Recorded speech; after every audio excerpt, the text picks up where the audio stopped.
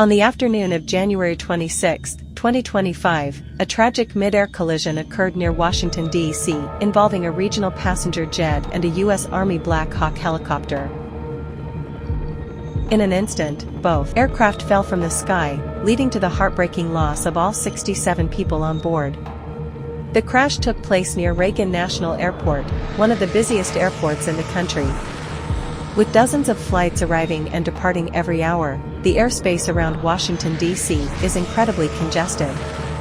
The regional jet, Flight 5342, was carrying 60 passengers and 4 crew members and was preparing to land at Reagan National after departing from Wichita, Kansas. The Black Hawk helicopter, carrying 3 soldiers, was performing a routine training mission near Fort Belvoir, Virginia.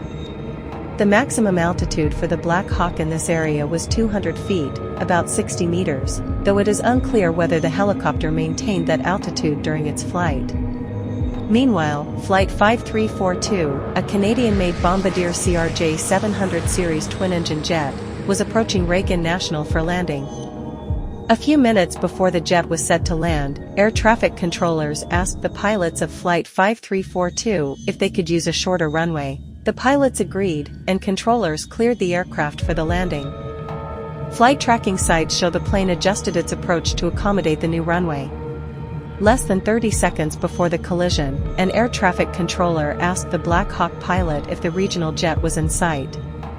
The military pilot confirmed, saying yes. Moments later, the controller called again, instructing the helicopter to wait for the jet to pass. However, there was no reply from the Black Hawk. The reason for the lack of response remains unclear. Was it a communication breakdown? Was there an issue with visibility due to weather or the helicopter's low altitude? Or perhaps the altitude of the helicopter played a role? Something went wrong.